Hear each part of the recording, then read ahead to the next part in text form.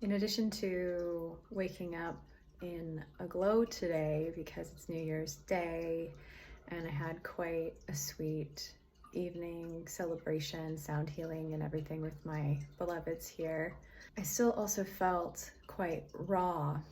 And as I felt this part of me come up who has particularly been in interface with the masculine this year.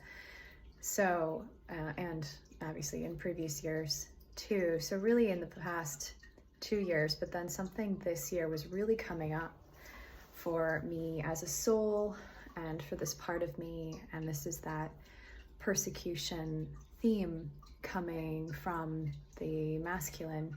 So I was really digesting that with this aspect. Mentioned her a couple of times in these videos. Her name is Lilith, and she was just in really deep tears, feeling how she's been willing to go to battle with the masculine in this more 4D, churny, karmic way this past year, and yet it's been hell. Not that there hasn't been goodness as well with these men, but it's also been just getting caught in suffering loops too.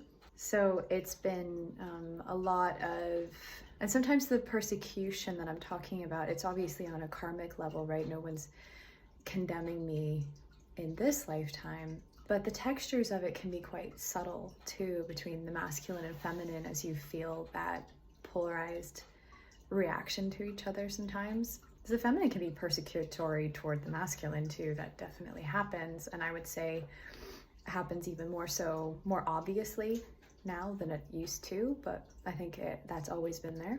So I've definitely had my side of these dynamics to feel, and I continue to do so, but the tears were coming from just not wanting to feel unsafe anymore, whether I am in my softness or I'm in my fire, no matter what element is coming through me, because I, and this aspect of me, really care about how we land and if we land, and that we're not doing harm. And this is really important as someone who wants to serve, that we really inhabit that, care about impact, and yet that care hasn't been reciprocated.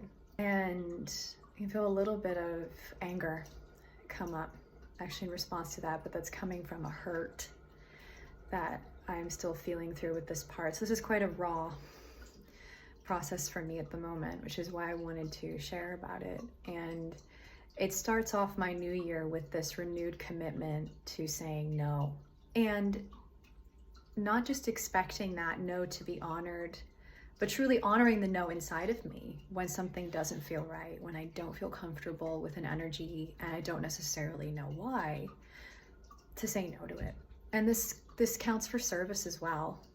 This isn't just about men. This is definitely about space holding for souls who it's appropriate to hold space for, who are truly ready for it and don't just have parts that are more persecutory or adversarial in energy that they're not feeling or ready to feel in their shadow. So I'm not without shadow, that is for sure. And actually my shadow is what's drawn this. So there has been something in me, in Lilith, that has needed this gristy interface with the masculine, and yet now I feel, even in her, just this very deep desire to move beyond it and actually finally feel safe, to feel safe and comforted and advocated for. So there's something about that. And what occurred to me this morning as I was digesting this, being provided safety by the masculine piece, is that I think a lot of men, and any men listening to this, I welcome your 2 cents on this, but my sense is that you as the masculine, this applies to the inner masculine too in women, may feel obligated toward creating safety for the woman rather than truly wanting to, and I think that creates a rebellion against it. Plus, who knows what mom wounding, sister wounding is in there from this lifetime and other lifetimes. There's just a lot of stuff that understandably goes on for the masculine. And again, the masculine within too. There's a lot to unpack there, because also, like, even some beloveds of mine have had mothers in this lifetime that have been horrible, very invasive, narcissistic, just awful. So that's obviously a part of that too in the inner world, and definitely for the outer masculine as well. So I have a lot of compassion for all of that, and yet in a bond, when that's not being felt, when that's not being explored, when your reactions to the opposite gender are not being explored, as I'm doing now, I'm sharing from a place of exploring this ongoingly, that's what creates a lack of safety. So what I want to say about safety from the masculine for the feminine, what I was feeling about that is that it's not an obligation. It's not something that's owed to us, even though we've gone through persecution from the masculine. And I know some women hold it that way. How I feel it, and how I feel the divine inviting me to feel it, is that if it's truly genuine, a genuine desire from the masculine to create safety, it will be organic. It will be natural because of their integrity, their desire for more integrity, their desire for shadow exploration and healing, and their desire for the feminine and to heal their wounds that come from the feminine, whatever the feminine triggers for them. They don't want to just project onto the feminine. They want to create a true and deep bond that is truly new, perhaps, or just something that hasn't been possible yet because of not having the right women either, to be fair, to explore this with or experience this with. So that was what I wanted to share about today, and I hope that you're having a really beautiful new year.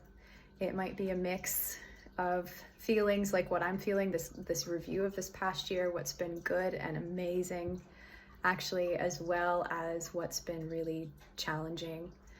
So I just really feel like, yeah, there's a lot to be really real about as we step into this new year. And let me know how you feel about what I just shared. I welcome your questions and comments, and I can obviously dive more into this topic in future videos too, and would love to, especially about the inner masculine and how that works inside of a feminine. There's so much to unpack there. So happy new year. Much love.